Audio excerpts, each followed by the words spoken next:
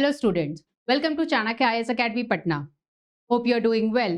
आप लोग को पता है 69th बीपीएससी प्रीलिम्स के लिए हमारा अभ्युदय आरंभ से अंत तक क्रैश कोर्स चल रहा है, जिसमें अभी तक आपने हिस्ट्री, पॉलिटी, ज्योग्राफी, इकोनॉमी के वीडियोस लेक्चर देखे होंगे।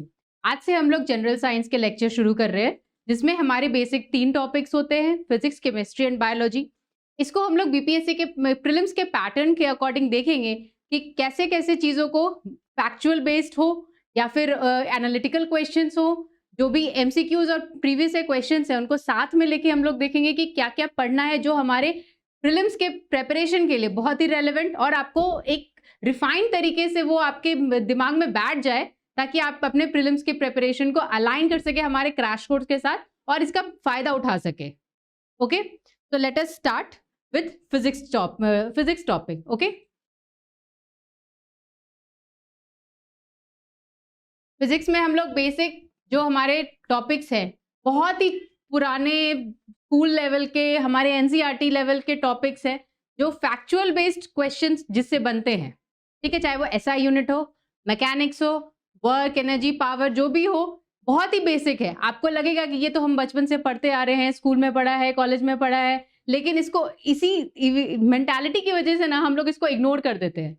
तो बीपीएससी क्या करता है, वहीं से क्वेश्चन उठाता है। आपको पता होगा कि ये इसका क्या ऐसा यूनिट है, क्या इसके डायमेंशन फॉर्मूला है, लेकिन फिर भी आप वहां पे एग्जाम में जब क्वेश्चन देखते हो ना, कंफ्यूज हो जाते हो। तो बहुत ही बेसिक से हमें देखना है और बहुत इन डेप्थ भी नहीं जाना है। आपको याद रखना है कि BPSC pattern is very very factual, तो उसको अकॉर्डिंगली हमें देखना है कि वो फैक्ट्स बेस्ड चीजें हमारे दिमाग में रहे और डायरेक्टली हमें उसे याद करके ही रखना होगा। अगर हम लोग उसे समझने की कोशिश करेंगे तो वो कहीं ना कहीं स्किप हो जाएगा हमारे दिमाग से ऑन द स्पॉट। और आपको पता है कि अभी भी अब जैसा कि आप देख रहे हैं, पिछले पैटर्न के अकॉर्डिंग हमारे नेगेटिव मार्किंग भी बढ़ चुके हैं। तो एक गलत आंसर आपका सिलेक्शन रोक सकता है। ओके, तो बहुत ही बेसिक से शुरू करते हैं, measurement and unit. Measurement and units में बहुत ज्यादा हमें डिफाइन करने की जरूरत नहीं। हमें पता है कि it is a magnitude, it is a definite magnitude of quantities. Quantities कोई ऐसी क्वांटिटीज जिसे हम लोग मेजर करते हैं, चाहे वो केजी में हो, लीटर्स में हो, डिस्टेंस हो, टाइम हो, ये हमारे क्वांटिटीज है। तो ये मैग्नीट्यूड का डेफिनेट किसी भी क्वांटिटी का डेफिनेट मैग्नीट्यूड है, which is defined and adopted by convention और by law. At an international level और नेशनल लेवल हमारे पास अलग अलग यूनिट्स हैं, जिसकी वजह से यूनिट्स एंड मेजरमेंट के डायमेंशंस हैं, कन्वेंशंस हैं, जिसको हम लोग अडॉप्ट करके यूज करते हैं अपने रोजमर्रा की जिंदगी में। ठीक है, it is used as a standard for measurement. It is a standard for measurement of same kind of quantity. जो भी मेजरमेंट है, अब चाहे केजी है वो एक स्टैंडर्ड है, फुट है पाउंड्स में है वो एक स्टैंडर्ड है, सेकेंड है टाइम के लिए वो एक स्टैंडर्ड है। ठीक है, then any other quantity of that kind can be expressed as a multiple of the unit of measurement। जैसे हमारे derived units, इन्हीं बेसिक में यूनिट्स को लेकर हम लोग derived units बनाते हैं। 2 तरह के यूनिट्स हैं हमारे, फंडामेंटल और derived। फंडामेंटल जो बेसिक है, derived जो फंडामेंटल यूनिट्स को लेकर हमने derive किया है। Okay,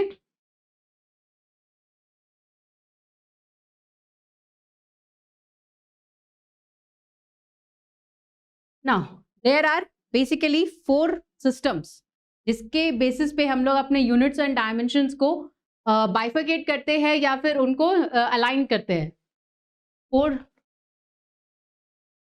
4 systems in application as follows. CGS system हमें पता है बहुत ही बेसिक है, सेंटीमीटर ग्राम।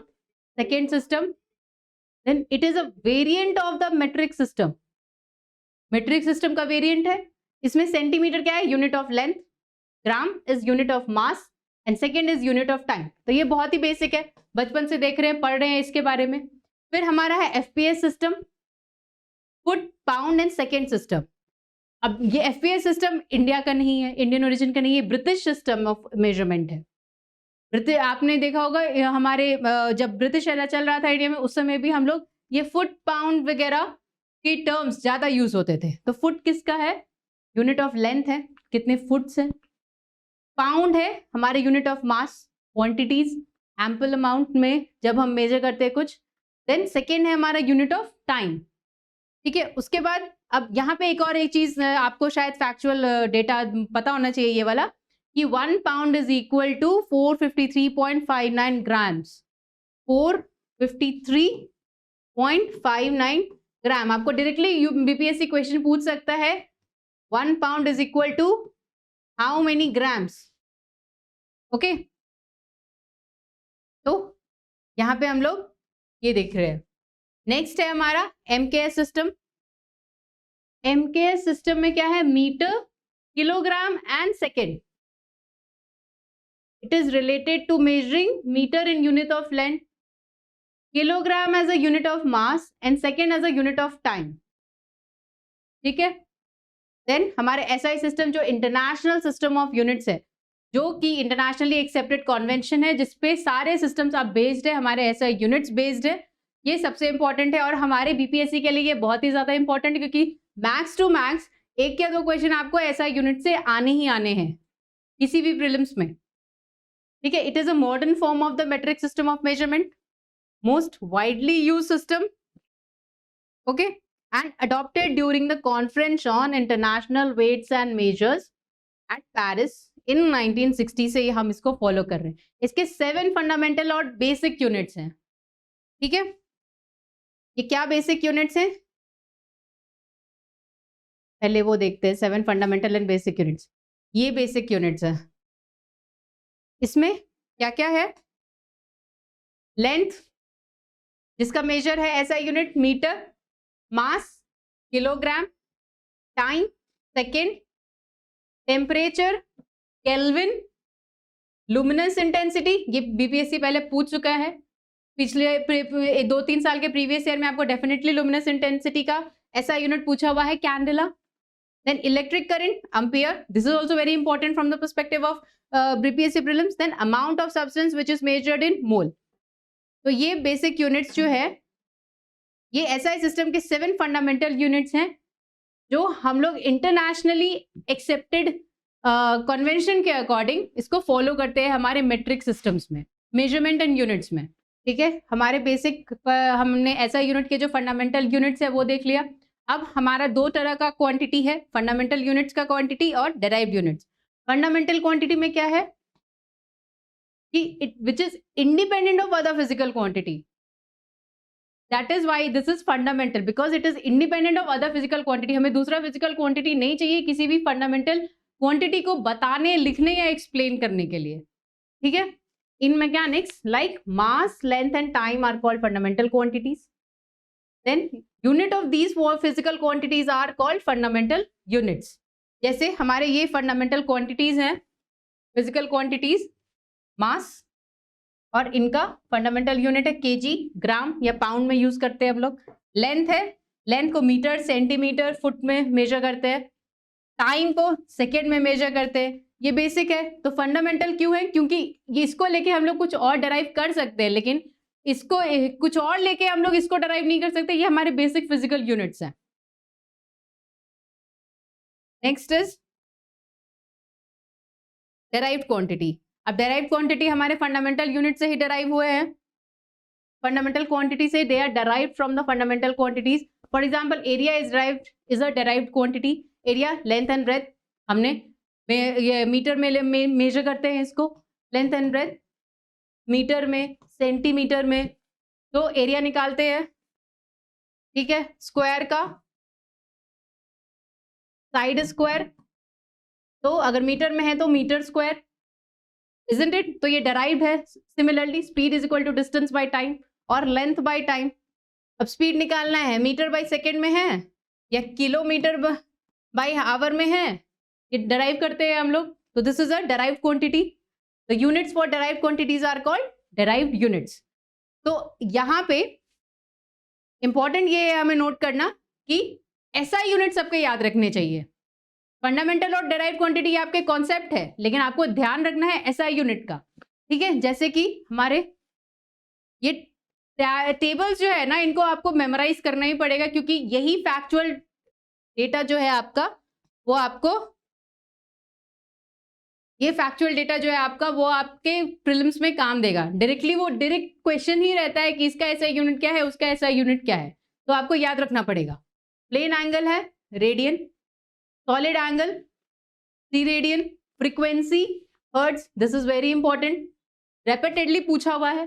फोर्स का न्यूटन है, प्रेशर या stress pascal, work and energy joule में मेजर करते हैं, then amount of heat, power and radiant flux, ठीक है, electric charge sorry amount of heat, power या रेडिएंट फ्लक्स वॉट में, energy, work and amount of heat joule में, electric charge coulomb में, voltage या इलेक्ट्रिक पोटेंशियल डिफरेंस वोल्ट में, difference and capacitance volt में, then electrical resistance farad, capacitance farad, electrical resistance ohm, electrical conductance siemens, magnetic flux weber, ये भी important है, ये पहले पूछ चुका है, ठीक है। प्रीवियस ईयर जहां जहां पे आ रहा है ना वहां हम आपको मेंशन करते चलेंगे कि ये आपको, ताकि आपको ध्यान रहे कि हाँ ये प्रीवियस ईयर क्वेश्चंस में था तो ये इंपॉर्टेंट है, वापस रिपीट हो सकता है। Magnetic flux Tesla, inductance Henry, Celsius के टेम्परेचर डिग्री सेल्सियस में, लुमिनस फ्लक्स ल्यूमिन में, इल्यूमिनेंस लक्स। अब यहाँ पे ये थोड़े से unique kind of derived units हैं, लेकिन आपको जरूर याद रखने में कब क्या पूछ सकता है दैट इज नॉट इम्पोर्टेंट। अगर वो लेवल थोड़ा टफ करना चाहे ऐसा यूनिट के क्वेश्चंस का तो ऑब्वियस है वो यहाँ से क्वेश्चंस उठा सकते हैं। Activity refer to radionuclide और रेडियो न्यूक्लियाइड बेकेरल में, becquerel is the name of the scientist, then absorbed dose और kerma gray, then dose equivalent sievert and catalytic activity katal. ये थोड़े यूनिक डेराइव्ड यूनिट्स हैं, हो सकता है आपको बहुत ज्यादा काम नहीं है लेकिन आपको ध्यान में जरूर रखना होगा। नेक्स्ट आगे स्केलर एंड वेक्टर क्वांटिटीज, इससे भी एक बहुत इंपॉर्टेंट क्वेश्चन बनता है और कंटिन्यूअसली आया है, पहले के पेपर्स अगर आप उठा के देखेंगे तो उसमें आ चुका है ये स्केलर एंड वेक्टर क्वांटिटीज, हमारे बीपीएससी का one of the favourite topics है ये। तो स्केलर क्वांटिटीज बेसिक हमें पता है क्या है, those quantities which have only magnitude, ऐसे क्वांटिटीज जिनका सिर्फ मैग्नीट्यूड है, कोई डायरेक्शन नहीं है, जैसे हमारे mass, length, density, volume, energy, temperature, electric charge, electric current, electric potential, ये सारे यूनिट्स कैसे हैं, ये सारे क्वांटिटीज कैसे हैं जिनका सिर्फ मैग्नीट्यूड है, कोई डायरेक्शन नहीं है, स्पेसिफाइड नहीं है, ठीक है। और vector quantities, those quantities which are having magnitude and direction both, जैसे हमारे displacement, displacement is zero until and unless there is a movement. अगर डिस्टेंस भी कवर होता है लेकिन वो वापस इनिशियल पोजीशन पे आ जाता है तो डिस्प्लेसमेंट क्या हो जाता है, जीरो हो जाता है। तो क्योंकि उसमें मैग्नीट्यूड के साथ साथ डायरेक्शन भी मेजर करना है ना, तो इसलिए displacement, velocity, acceleration, force, electrical intensity, magnetic intensity, ये सारे क्या है, वेक्टर क्वांटिटीज हैं। क्यों? क्योंकि इनके मैग्नीट्यूड और डायरेक्शन बहुत है। आपको सिंपली बस ये याद रखना है यहाँ पे कौन सी स्केलर क्वांटिटीज है, कौन सी वेक्टर क्वांटिटीज है, ज्यादा कुछ ध्यान ही नहीं रखना है इसमें। क्या बेसिक डेफिनेशन है, आपको बस ये पता होना चाहिए कि इसमें मैग्नीट्यूड है, इसमें मैग्नीट्यूड और डायरेक्शन बहुत है, इसमें सिर्फ मैग्नीट्यूड है, इसमें डायरेक्शन नहीं है, दैट्स इट।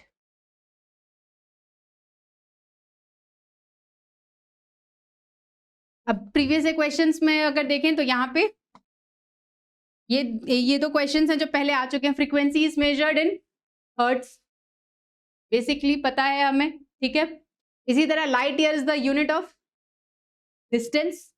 लाइट ईयर से हम लोग कहाँ, यहाँ से अगर मून तक का हमको डिस्टेंस मेजर करना है तो लाइट ईयर में मेजर करते हैं ना, सम 3 लाख सेकेंड्स। तो light year is the unit of distance. ऐसे ही क्वेश्चंस, डायरेक्ट क्वेश्चंस, वो आपको बहुत इन डेप्थ जाना ही नहीं है, आपको बस फैक्ट्स याद रखने हैं किसका क्या है, दैट्स इट। नेक्स्ट हम लोग देखते हैं मैकेनिक्स। अब इसमें बेसिक है हमारा weight, mass, speed, velocity, distance, displacement, force, work, energy, power. ये थोड़े बहुत ज़्यादा इन डेप्थ में हमें नहीं जाने हैं, लेकिन जानना है कि हाँ ये क्या है। हम लोग पहले से पढ़ चुके हैं, स्कूल कॉलेज लेवल पे पढ़ते हुए आ रहे हैं, बस रिवाइज करने की ज़रूरत है। हाँ इसका ये डेफिनेशन था, ये इसकी ये ऐसा यूनिट थी, इतना इंपॉर्टेंट है, बस ये कॉन्सेप्ट याद रखना है कि फोर्स क्या है, इसका ऐसा यूनिट क्या है। अब इस पे बेसिस पे अगर एनालिटिकल क्वेश्चंस भी अगर आपको आता है तो वो बहुत ज़्यादा इन डेप्थ नहीं होगा, आपको इतना पता होगा कि हाँ अगर न्यूटन के फर्स्ट लॉ का एग्जाम्पल क्या है तो आप मार्क कर सकते हो उसको सोच के। ठीक ठीक है। मैकेनिक्स में क्या है हमारा area of science concern with behaviour of a body.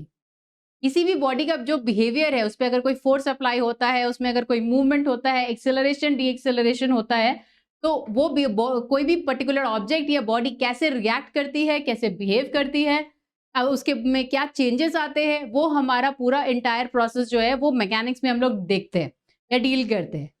Okay, तो behaviour of a physical body when subjected to a force और displacement, subsequent effects of the bodies on their environment. That's it. Now, इस पे हम लोग शुरू करते हैं wait से। वेट क्या है? Force exerted on in a body by gravity. वो किसी भी बॉडी पे ग्रेविटी से जो फोर्स एक्सर्ट हो रहा है, जो फोर्स अप्लाई हो रहा है, वो है वेट। सिमिलरली मास क्या है? Mass represents the amount of matter in a particle. हम लोग अमाउंट ऑफ सब्सटेंस कैसे मेजर करते हैं? उसका ऐसा यूनिट है मोल। तो किसी भी पर्टिकुलर ऑब्जेक्ट में या एलिमेंट में कितने मोल का वो सब्सटेंस है, वो क्वांटिटी क्या है, वो कैसे मेजर करेंगे? वो कैसे डिफाइन करेंगे? उसके मास से, कितना मास है इसका। ठीक है, amount of matter in a particle और object.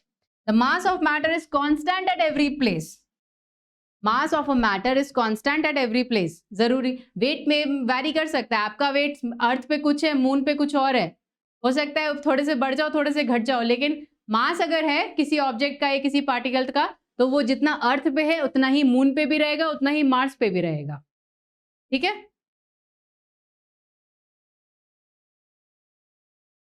Now distance and displacement बहुत ही बेसिक कॉन्सेप्ट है। आपको पता है कि डिस्टेंस क्या है, डिस्प्लेसमेंट क्या है? Length of a specific path travel between 2 points by an object. आप एक जगह से दूसरी जगह पॉइंट ए से पॉइंट बी मूव कर रहे हो, पटना से दिल्ली जा रहे हो, तो वो आपका डिस्टेंस मेजर हो रहा है, आप यहां से वहां चले गए। सिमिलर, लेकिन डिस्प्लेसमेंट क्या है? Vector whose length is the shortest distance between the initial to the final position of a point. आप पटना से दिल्ली जा रहे हो, दिल्ली से पटना वापस आ रहे हो, ठीक है, एक पर्टिकुलर डायरेक्शन में मूव कर रहे हो, लेकिन वापस आ गए, कोई डिस्टेंस मेजर नहीं हुआ, कोई डिस्टेंस कवर नहीं हुआ, वापस से इनिशियल पोजीशन पे हो, तो डिस्प्लेसमेंट क्या? जीरो हो जाएगा। लेकिन अगर स्पीड में ये डिस्टेंस में मेजर करें, तो आप पटना से दिल्ली गए, दिल्ली से पटना वापस आए, जितना डिस्टेंस कवर किया वो आपका डिस्टेंस है, वो यूनिट है। ठीक है, डिस्प्लेसमेंट नहीं है। Travelled distance has only magnitude. Patna से दिल्ली गए, दिल्ली से पटना है, वो डिस्टेंस जो ट्रैवल किया वो मैग्नीट्यूड है आपका। While displacement has magnitude along with the direction. आप ईस्ट से नॉर्थ जा रहे हो, फिर नॉर्थ से ईस्ट आ रहे हो, ये डायरेक्शन का फिनोमिना है, डायरेक्शन भी उसमें है। तो ये क्या है? एक वेक्टर क्वांटिटी है, इसलिए ऐसे मेजर करता है। And now it is clear that the distance is a scalar quantity and displacement is a vector quantity. Now the travel distance by an object is not zero, क्योंकि but final displacement में भी zero. Final displacement, आप यहां से दिल्ली जा रहे हो, वहां पे आपका डिस्टेंस जीरो नहीं होगा, लेकिन डिस्प्लेसमेंट जीरो होगा। क्यों? क्योंकि displacement of an object displacement of an object will be zero when the moving object comes to its initial point. कोई भी ऑब्जेक्ट डिस्प्लेस होने के बाद भी वापस अपने इनिशियल पोजीशन पे आ जाती है, तो वो डिस्प्लेसमेंट जीरो होता है। ये आपसे डायरेक्ट क्वेश्चन पूछ सकता है कि when the displacement of an object is becomes zero, when the object comes back to its initial point, then the displacement of an object becomes zero. Next is speed and velocity. ये भी basic है, mathematics में भी है। ठीक है, speed is the distance traveled per unit time. Speed is the distance traveled per unit time. And what is velocity? Sorry, it is a scalar quantity, क्योंकि इसमें डायरेक्शन मेजर नहीं होता है। And its SI unit is metre per second. Kilometre per hour में भी लेते हैं, लेकिन एसआई यूनिट इसका क्या है? बेसिक हमारा metre per second. Velocity is the distance travelled by an object पर unit time in a particular direction. Velocity किस में देखते हैं हम लोग? रिलेटिव वेलोसिटी देखते हैं, वो नेगेटिव पॉजिटिव हो सकता है, एक्सेलरेशन डी एक्सेलरेशन हो सकता है। So the difference between speed and velocity is that speed has only magnitude without any specific direction, while velocity has both magnitude and direction. Speed is scalar and velocity is a vector quantity. इसका ऐसा unit याद रखना है, metre per second. बहुत basic है, आपको बस revise करनी है चीजों को. आपको लगेगा कि हाँ ये तो बच्चों वाली चीजें हैं, हमेशा देखते आ रहे हैं, पढ़ते आ रहे हैं, बस तो वही समझ के बस रिवाइज करते रहना है. Now acceleration, rate of change of velocity of an object with respect to time, metre per second square, ऐसा यूनिट है एक्सेलरेशन का. एक्सेलरेशन क्या है? Rate of change of velocity. Suppose आप आर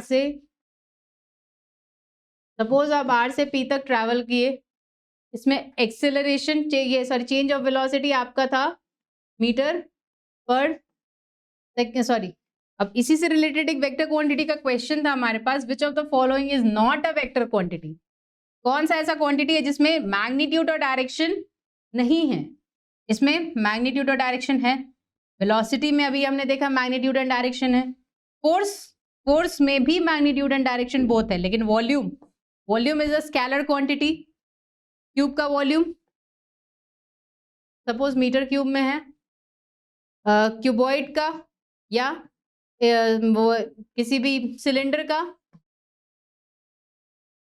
क्या क्यूब में आता है ना, ठीक है. तो वॉल्यूम इज अ वेक्टर और scalar. Volume is a scalar quantity and rest of the three are vector quantities. Okay. Force क्या है? किसी भी पर्टिकुलर ऑब्जेक्ट पे हम जो फोर्स या कोई एक्सटर्नल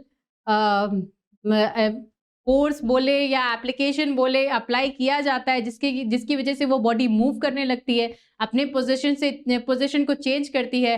रेस्ट में है तो मोशन में आ जाए, मोशन में है तो रेस्ट में आ जाए. तो ये जो एप्लीकेशन है ये क्या है? हमारा फोर्स है. Okay. Force is an agent that produces acceleration in the body. अगर उस पर फोर्स अप्लाई कर रहे हैं किसी बॉडी पे, किसी फुटबॉल को आप किक कर रहे हो, तो उस पर जो फोर्स अप्लाई हो रहा है वो क्या है? उसको एक्सेलरेट कर रहा है ना. उसको आप किक कर रहे हो, वो फ्लो कर रहा है, वो जाके गोल कर रहा है, तो that is it's acceleration. So this is the acceleration in the body on which it acts. It is a push or pull which change or tends to change the position of the body at rest or in uniform motion. किसी भी तरह का push या पुल जो किसी भी body को, उसके पोजीशन को रेस्ट या यूनिफॉर्म मोशन से चेंज करे, उस पर्टिकुलर प्रोसेस को हम लोग कहते हैं, उस पर्टिकुलर एक्टिविटी, फिजिकल फिनोमिनन को हम लोग कहते हैं force.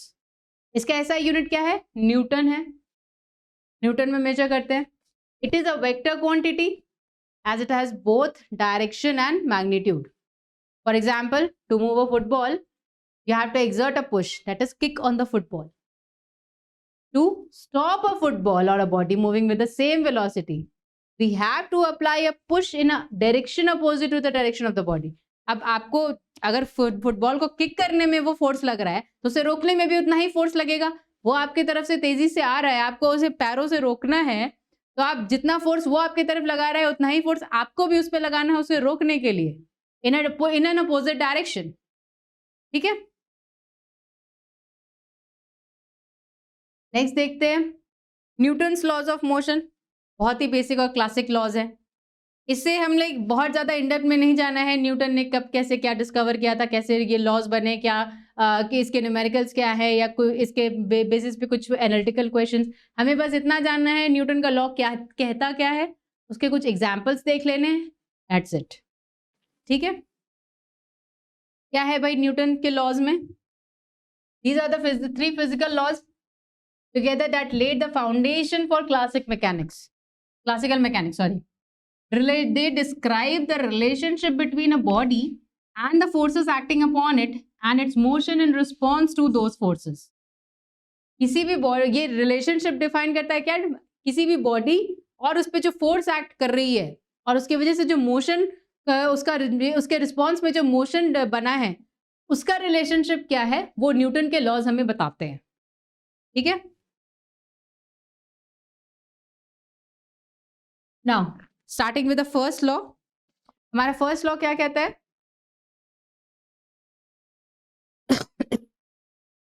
The first law states that every object will remain at rest or in uniform motion in a straight line.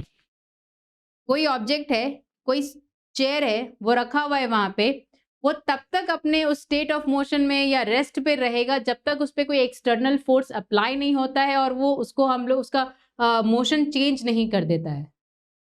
It will remain stationary until and unless compelled to change its state by the action of an external force.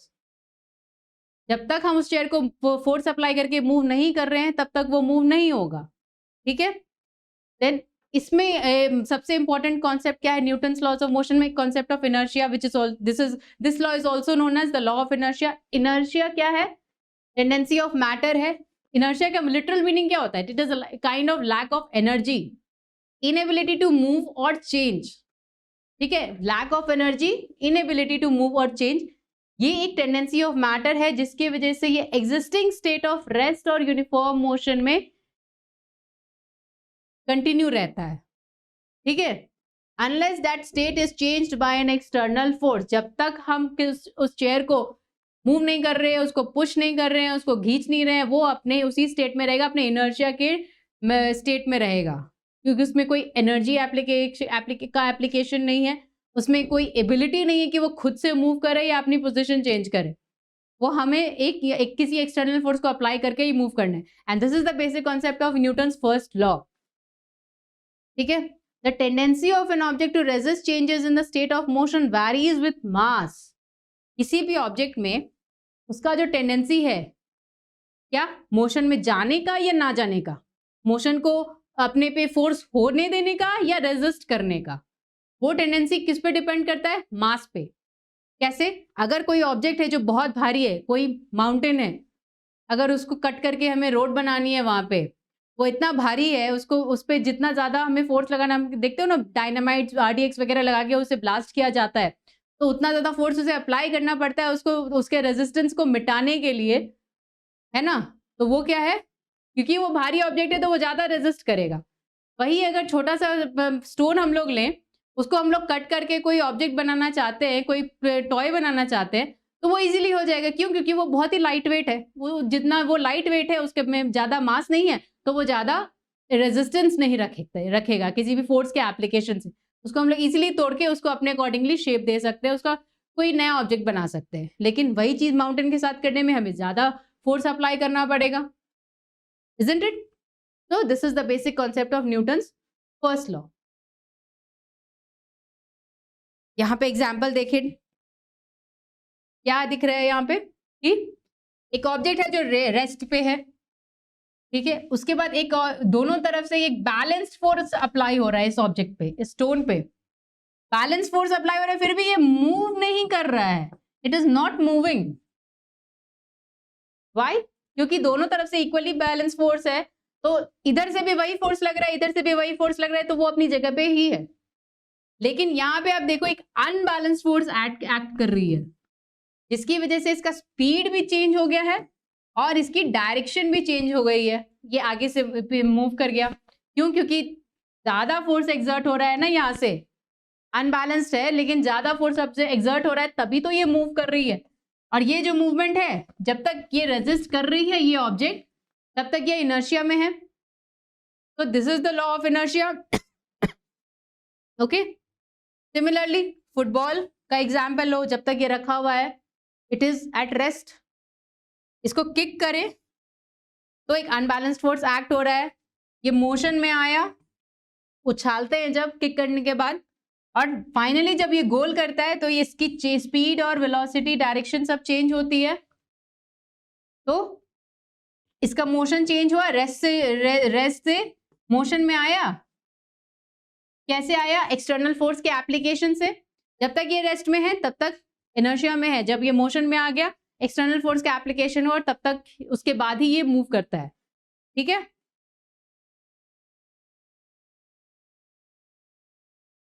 next is Newton's second law of motion. Second law of motion is also related to momentum.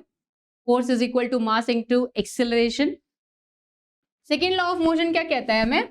कि acceleration of an object depends upon two variables. that is the force acting upon it, the net force acting upon it and the mass of that object. Force acting upon it and the mass of an object. Acceleration क्या है? Force by mass. So acceleration is directly proportional to the force, that is the net force acting upon it, but inversely proportional to the mass of an object. जितना ज्यादा मास होगा object का उतना कम acceleration होगा, जितना कम मास होगा ऑब्जेक्ट का उतना ज्यादा एक्सेलरेशन होगा.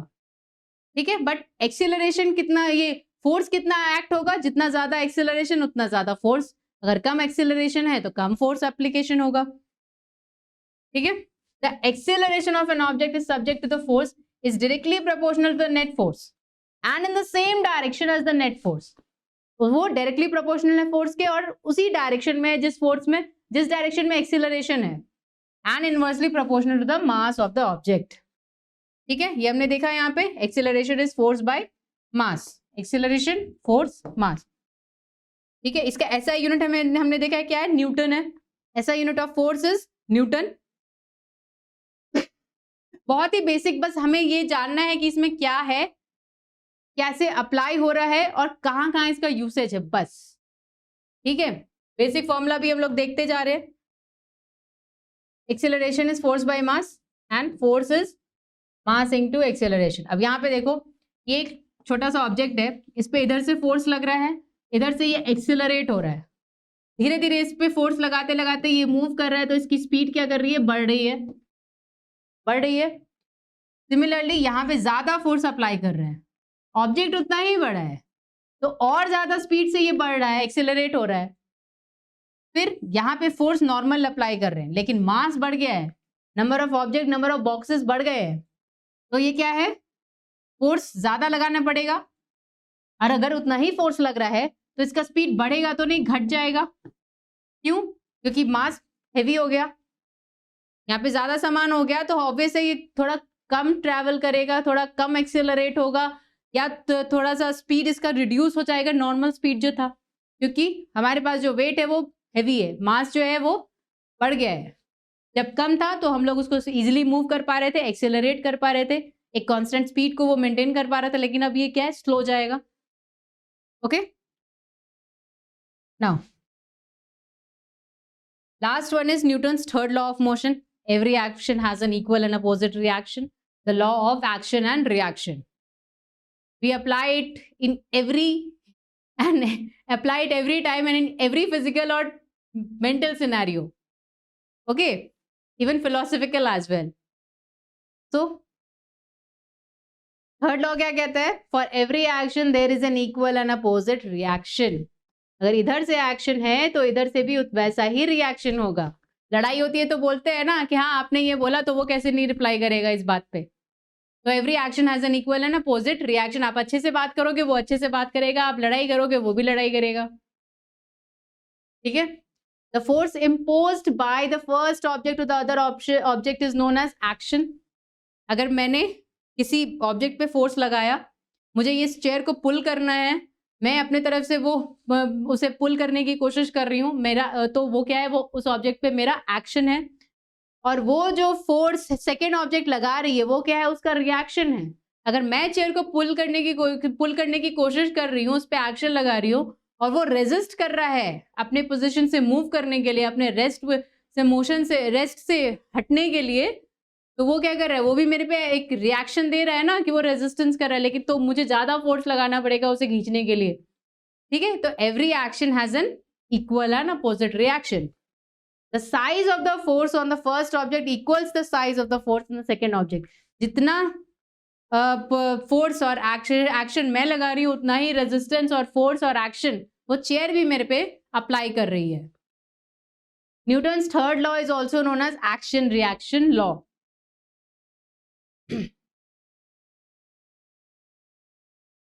ठीक है, इसके एग्जांपल्स देखिए, जैसे recoil of a gun, very famous example, कभी कभी बैकफायर हो जाता है ना. फिर लिफ्टिंग ऑफ रॉकेट्स, इसमें क्या है, न्यूटन्स थर्ड लॉ ही यूज होते हैं. अब चाहे वो क्रायोजेनिक इंजन हो या नॉर्मल इंजन हो, लिफ्टिंग ऑफ रॉकेट्स में एप्लीकेशन तो न्यूटन के थर्ड लॉ का ही है. आप बोर्ड से एक सरफेस पे जंप करो, जितना फोर्स आप इधर लगा रहे हो, इसको पीछे कर रहे हो, उतना ही इधर से भी है।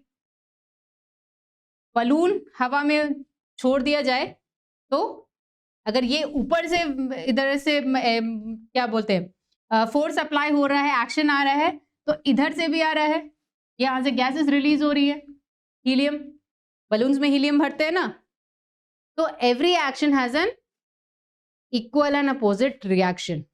इसी से related another concept momentum, it is the product of the mass and velocity of the object, it is basically the quantity कि वो उस ऑब्जेक्ट्स में कितना मोशन पोजेस कर रखा है, वो क्वांटिटी क्या करता है, हमारा मोमेंटम मेजर करता है मास और वेलोसिटी के फॉर्म में। जितना उसका मास है उसी वेलोसिटी से वो मूव कर रहा है, तो वो मोमेंटम कहलाएगा हमारा। It is a vector quantity, magnitude and direction दोनों है इसमें, एंड इसकी ऐसा यूनिट क्या है, किलोग्राम मीटर पर सेकेंड। यहाँ पे आप लोग कंफ्यूज मत होना, किसी में metre kilogram metre per second है, किलोमीटर पर सेकेंड है, या मीटर पर सेकेंड स्क्वायर है। तो ये जो फैक्ट्स है ये बिल्कुल क्लियर रखना, क्योंकि ये कंफ्यूज कर देते हैं। पेपर में आपको सारे ऑप्शंस एक जैसे दिखेंगे, आप कंफ्यूज हो जाओगे, मीटर पर सेकेंड था या मीटर पर सेकेंड स्क्वायर था या मीटर इनवर्स सेकेंड था। ठीक है, तो इस बात का बहुत ही ध्यान रखना है। नेक्स्ट है चेंज इन मोमेंटम। अब चेंज इन मोमेंटम क्या है, that is the rate of change in momentum of an object is proportional to the force imposed on an object. Force imposed on, force क्या है, हमारा जो change in momentum by time है। तो change in momentum, जितना force उस पर लग रहा है पर यूनिट टाइम में, change in momentum occurs always in the direction of the force. जिस डायरेक्शन में फोर्स है उसी डायरेक्शन में मोमेंटम भी चेंज होगा, और वो क्या है उसके, क्यों, क्योंकि वो force is directly proportional to the change in momentum, और change in momentum is directly proportional to the force and inversely proportional to time. It is the other form of Newton's second law of motion. Its SI unit is in SI units the value of constant k is 1. Change in momentum k is 1. तो force क्या यहाँ पे mass into acceleration है और constant हमारा k है तो 1 है के, और यहाँ पे मास इंटू एक्सेलरेशन, तो 1 इंटू मास इंटू एक्सेलरेशन, तो force is equal to mass and acceleration. Okay,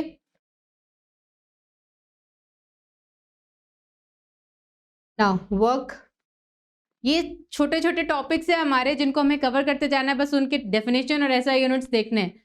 randomly आप कहीं से भी उठाओ, कोई भी देखो, आपको बस ध्यान रहना चाहिए कि हाँ इसमें ये है, इसका ऐसा यूनिट ये है, बीपीएससी ये पूछ सकती है, बस ये अंडरलाइन कर लिया, देख लिया, रिवाइज हो गया, that's it. Crash course is actually meant for this revision. आप लोगों ने पूरे साल प्रिपरेशन करा होगा, सारी तैयारी करी होगी, इन डेप्थ पढ़ा होगा सब कुछ, लेकिन अब आपको क्या करना है, जल्दी जल्दी रिवाइज करनी है चीज़ों को। आपको टाइम नहीं है, आपके पास 2 महीने, मुश्किल से 2 महीने भी बचे हैं, फॉर्म भी एक्टिव है अभी, जल्दी से आपको फॉर्म फिल करने हैं अपने। और दूसरा कि जितनी भी चीजें हैं, जितना ज्यादा आप सिलेबस कवर कर सको, जितनी बार रिवाइज कर सको उतना बेटर है, क्योंकि फैक्चुअल चीजें आपके माइंड से स्किप होती रहती है। आप आज पढ़ोगे, नेक्स्ट वीक हो सकता है वो क्वेश्चन या वो ऐसा यूनिट आपके माइंड से स्किप हो जाए जब आप टेस्ट सीरीज में बैठे हो। तो दिस इज वेरी इंपॉर्टेंट कि फैक्चुअल चीजें बार बार रिवाइज करते रहो। आप एक बार ही देख लो, बार बार उसको वहां पे देखने की भी जरूरत नहीं पड़ेगी, आपको बस 1 लाइनर देख लेना है। ठीक है, force is set to do work if when acting there is a displacement of the point of application in the direction of the force. Work done कब होता है, कोई फोर्स है उस ऑब्जेक्ट पे अप्लाई हो रहा है और वो उस फोर्स के एप्लीकेशन से वो ऑब्जेक्ट डिस्प्लेस हो रही है अपने पोजीशन से, इनिशियल पोजीशन से फाइनल पोजीशन पे जा रही है, उसका एनर्जी ट्रांसफर हो रहा है, तब हम लोग क्या बोलते हैं, work is done. Work is done. अब अगर कोई डिस्प्लेसमेंट नहीं हो रहा है उस फोर्स के एप्लीकेशन के बावजूद, then no work is done, your work done is 0. Basic concept. क्यों, क्योंकि वहां पे डिस्प्लेसमेंट नहीं हो रहा है। डिस्प्लेसमेंट यहाँ पे कंसिडर कर रहे हैं आप, ध्यान रखिएगा, डिस्टेंस कवर नहीं कर रहे हैं, displacement, magnitude and direction both. ठीक है, Now the value of work done is equal to force into displacement in the direction of the force. Next is एक और चीज है इसमें कि work is a scalar quantity, इसका SI यूनिट जूल है। हमारे पास फोर्स और डिस्प्लेसमेंट दोनों वेक्टर है, लेकिन वर्क क्या है? Work done is scalar and its SI unit is joule. ठीक है, and what is the quantity of 1 joule? 1 joule is defined as the amount of energy exerted when a force of 1 newton is applied over the displacement of 1 metre. 1 joule of energy कब exert होती है? जब उस पर 1 Newton का force लग रहा है और उसका डिस्प्लेसमेंट 1 मीटर तक हो रहा है, तो उसको 1 जूल में मेजर करेंगे। जूल में और क्या क्या मेजर करते हैं? अभी हमने प्रीवियस स्लाइड में देखा था, कमेंट बॉक्स में आप बताइएगा जूल में और क्या क्या मेजर करते हैं हम लोग।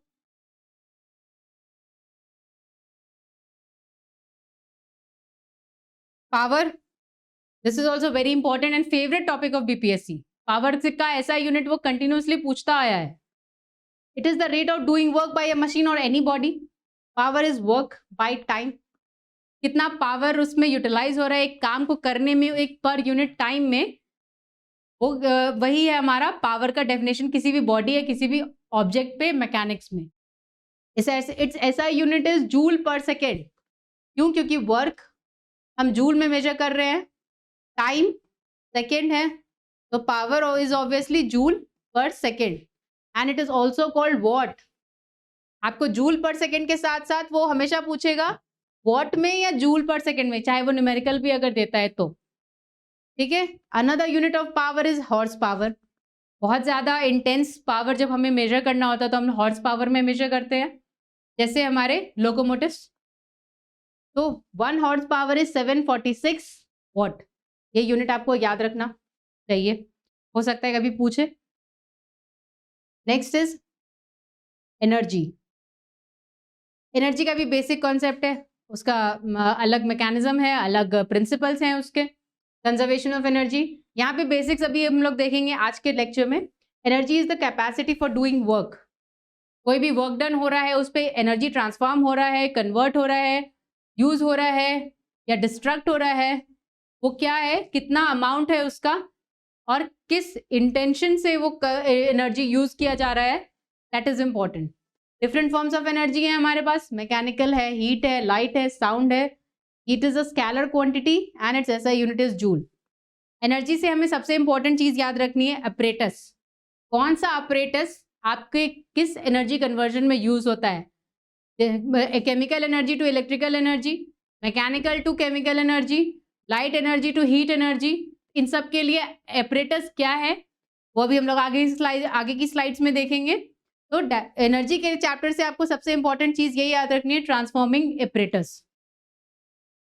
काइनेटिक एनर्जी, काइनेटिक एनर्जी क्या है? Energy of an object that is possessed due to its motion. हवा चल रही है, काइनेटिक एनर्जी। ट्रेन मूव कर रही है, काइनेटिक एनर्जी। बाइक से जा रहे हो आप, काइनेटिक एनर्जी।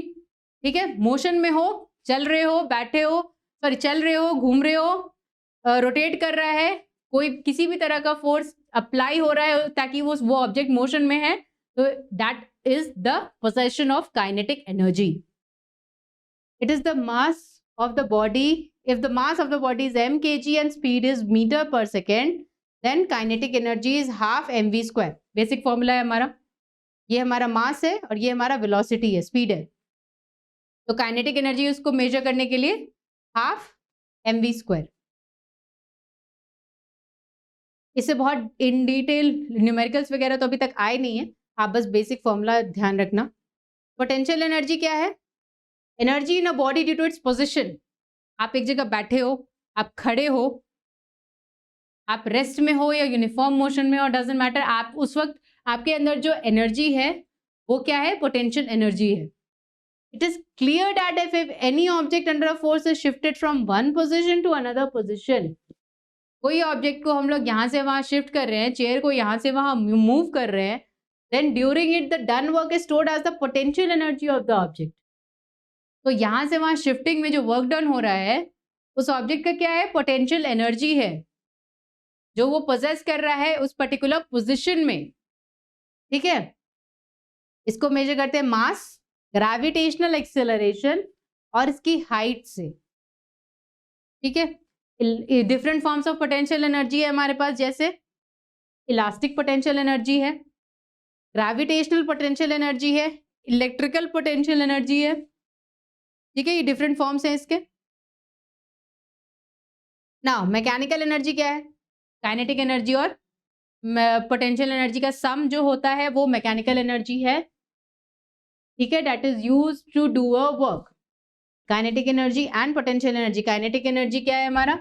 मोशन में जो है एनर्जी है, और पोटेंशियल एनर्जी पोजीशन में जो एनर्जी है। ये दोनों एक साथ मिलके हमारी मैकेनिकल एनर्जी डिफाइन करते हैं। हाँ, अब ये सबसे इंपॉर्टेंट चीज है जो बीपीएससी के लिए आपको इस क्रैश कोर्स में याद रखने की बहुत ज्यादा जरूरत है। Transformation of energy by apparatus. एक एक टॉपिक इसका याद रखना, एक एक अपरेटस के बारे में आप जानना, नहीं तो वहां कन्वर्जन वाला नॉर्मल सा चीज भी आपको ऐसे कंफ्यूज करता है ना ऑप्शंस में कि आप सही जानते हुए भी उसको गलत करके आ जाओगे। तो यहाँ पे बहुत ज्यादा ध्यान रखना। जैसे डायनेमो है, डायनेमो किस लिए यूज होता है? मैकेनिकल को इलेक्ट्रिकल एनर्जी में कन्वर्ट करने के लिए। इलेक्ट्रिक मोटर है, इलेक्ट्रिकल एनर्जी को मैकेनिकल एनर्जी में कन्वर्ट करने के लिए। माइक्रोफोन है, साउंड एनर्जी को इलेक्ट्रिकल एनर्जी में कन्वर्ट करता है। लाउड स्पीकर इलेक्ट्रिकल एनर्जी को साउंड एनर्जी में कन्वर्ट कर रहा है। सोलर सेल सोलर एनर्जी को इलेक्ट्रिकल एनर्जी में कन्वर्ट कर रहा है। बहुत ही बेसिक है, आपको बस ये याद रखना है कौन सी एनर्जी किस में कन्वर्ट हो रही है, किस अपरेटस से। ठीक है, ट्यूबलाइट है, इलेक्ट्रिकल एनर्जी को लाइट में कन्वर्ट कर रही है। इलेक्ट्रिक बल्ब है, इलेक्ट्रिक एनर्जी को हीट और लाइट दोनों में कन्वर्ट कर रही है। इलेक्ट्रिक बल्ब से हीट भी तो जनरेट हो रहा है ना। इलेक्ट्रिकल सेल है, उसको केमिकल एनर्जी को इलेक्ट्रिकल एनर्जी में कन्वर्ट कर रही है। कैंडल केमिकल एनर्जी है जो लाइट और हीट एनर्जी दे रही है। ये सारे पूछे हुए भी हैं, आपको ये मत समझना कि ये सारे बस ऐसे ही टैबुलर फॉर्मेट में लाके हमने क्रैश कोर्स में इंक्लूड किया है। ये प्रीवियस से क्वेश्चंस के मटेरियल हैं। ठीक है, सितार है, मैकेनिकल एनर्जी को साउंड में कन्वर्ट कर रही है। और एक और है फोटोसिंथेसिस इन ग्रीन प्लांट्स, सबसे इंपॉर्टेंट है ये। सोलर एनर्जी को किस में कन्वर्ट करती है? केमिकल एनर्जी में कन्वर्ट करती है। कौन से केमिकल्स रिलीज होते हैं फोटोसिंथेसिस में? ग्लूकोज बनता है, एटीपी बनता है, कार्बन डाइऑक्साइड बनता है, हाइड्रोजन बनता है, ऑक्सीजन बनता है। क्या बनता है ये आप कमेंट्स में बताना। फोटोसिंथेसिस में जब सोलर एनर्जी से केमिकल एनर्जी में चीजें कन्वर्ट होती है, क्या क्या बाय प्रोडक्ट्स बनते हैं। Okay,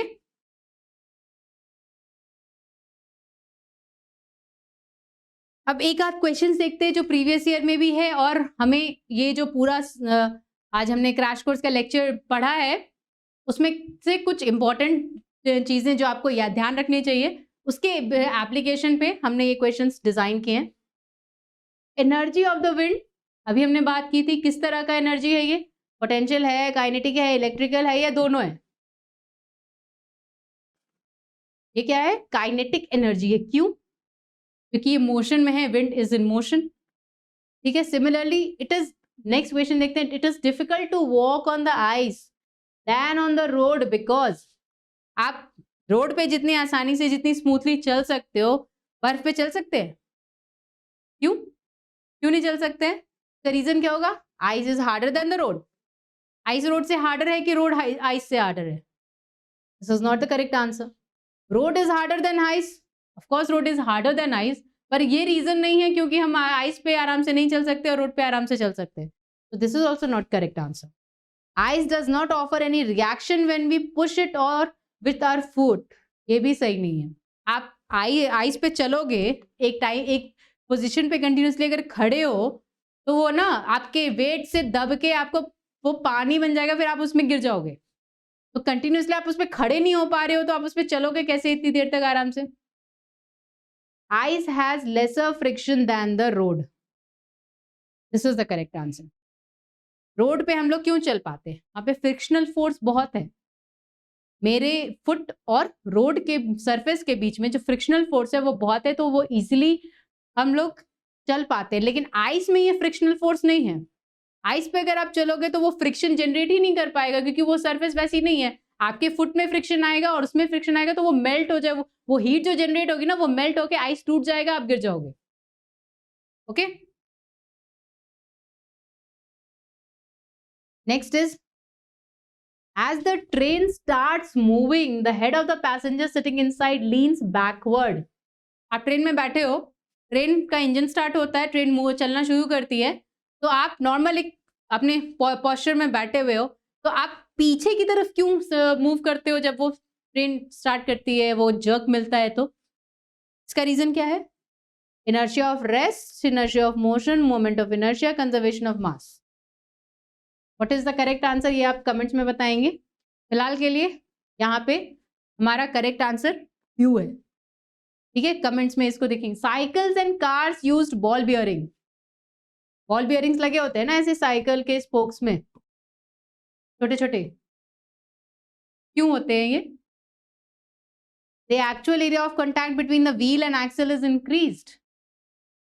The effective area of contact between the wheel and axle is increased. Then effective area of contact between the wheel and axle is reduced. Which is the correct answer? यहाँ पे भी rotational friction को minimise करने के लिए, reduce करने के लिए बॉल बियरिंग्स लगाए जाते हैं। तो that is the correct answer. क्यों? ताकि एक दूसरे से जब ये कांटेक्ट में आएगा स्पोक्स, तो जो फ्रिक्शन जनरेट हो रहा है उसकी वजह से वो व्हील रुक ना जाए, ठीक है? वो व्हील रुक ना जाए। ये दोनों आंसर्स आप कमेंट्स में मेंशन करेंगे। इस पे एक डिटेल रिसर्च करना, क्यों है और क्या रीजन है इसका। ये प्रीवियस क्वेश्चंस में भी है।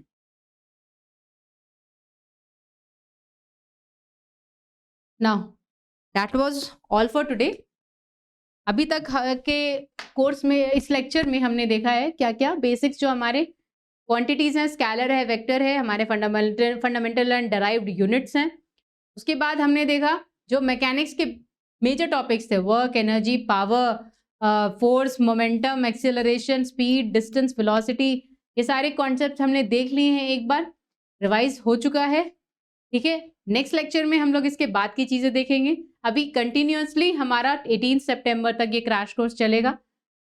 सिर्फ जनरल साइंस ही नहीं, बाकी जितने भी सब्जेक्ट्स हैं बीपीएससी प्रीलिम्स के लिए, उन सब पे अलग अलग लेक्चर्स चल रहे हैं। आप कंटिन्यूअसली उसको फॉलो करते रहे ताकि आपकी प्रिपरेशन इससे अलाइंड रहे और आप टाइम टू टाइम इसको रिवाइज कर सको, ठीक है? कि एंड मोमेंट में आपको रश ना करना पड़े कि मेरा ये मटेरियल नहीं है या मैंने ये रिवाइज नहीं किया, वो नहीं किया। कॉम्प्रिहेंसिवली हम आपको सारी चीजें रिवाइज करवा रहे हैं। Okay, so that was all for today. Stay tuned to our channel. Thank you.